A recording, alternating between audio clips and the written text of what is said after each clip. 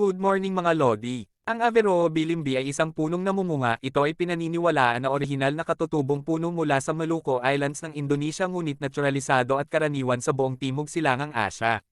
Ito ay nilinang sa mga bahagi ng tropikal na Timog Asya at sa Amerika.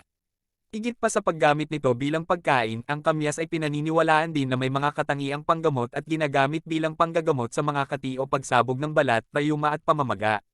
Huwag kalimutan ang karaniwang gamit sa kanayunan sa pagpaputi ng mga kuko, pagpapaputi o pag-alis ng mga mantsa sa damit o kalawang at mantsa mula sa tanso.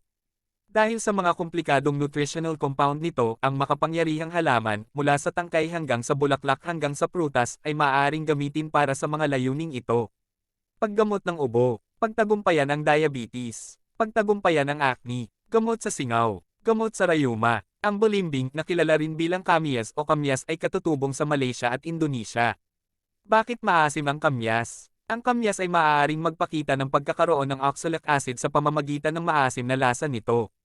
Layunin ng pag-aaral na ito na matukoy ang epekto ng pagpapaputi ng oxalic acid solution na nakuha mula sa kamyas. Isa sa mga halamang ito na karaniwang makukuha sa Pilipinas ay ang kamyas.